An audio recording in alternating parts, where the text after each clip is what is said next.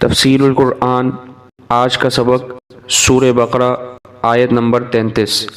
اعوذ باللہ من الشیطان الرجیم، بسم اللہ الرحمن الرحیم۔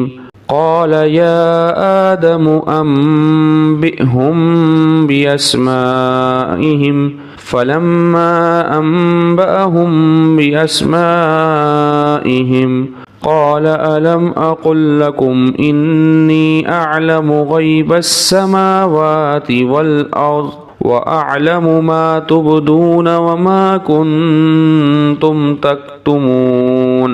ترجمہ: اللہ تعالیٰ نے کہا، آدم تم ان کو ان چیزوں کے نام بتا دو۔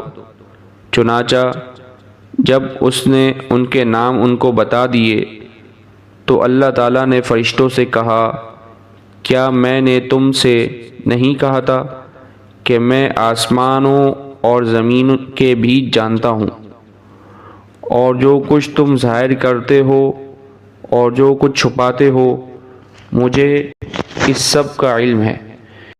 اس آیت مبارکہ کی تفسیر میں مفسرین کرام فرماتے ہیں کہ جب فرشتوں نے ان چیزوں کے نام بتانے سے اپنے عاجز ہونے کا اظہار کر دیا جو ان پر پیش کی گئی تھی، تو اللہ جل شانہ نے حضرت آدم علیہ السلام کو حکم فرمایا کہ تم ان کے نام بتا دو۔